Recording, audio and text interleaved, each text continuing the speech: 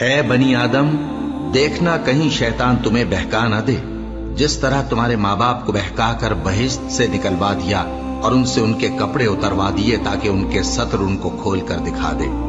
وہ اور اس کے بھائی بند تم کو ایسی جگہ سے دیکھتے رہتی ہیں جہاں سے تم ان کو نہیں دیکھ سکتے۔ ہم نے شیطانوں کو انہی لوگوں کا رفیق بنایا ہے جو ایمان نہیں رکھتے، اور یہ لوگ جب کوئی بے حیائی کا کام کرتے ہیں تو کہتے ہیں کہ ہم نے اپنے بزرگوں کو اسی طرح کرتے دیکھا ہے، اور اللہ نے بھی ہم کو یہی حکم دیا ہے۔ کہہ دو کہ اللہ بے حیائی کے کام کرنے کا تو حکم نہیں دیتا۔ کیا تم اللہ کی نسبت ایسی بات کہتے ہو جس کا تمہیں علم نہیں؟ کہہ دو کہ میرے پروردگار نے تو انصاف کرنے کا حکم دیا ہے، اور یہ کہ ہر نماز کے وقت سیدھا قبلے کی طرف رخ کیا کرو اور صرف اسی کی عبادت کرو اور اسی کو پکارو۔ اس نے جس طرح تم کو ابتدا میں پیدا کیا تھا اسی طرح تم پھر پیدا ہوگے۔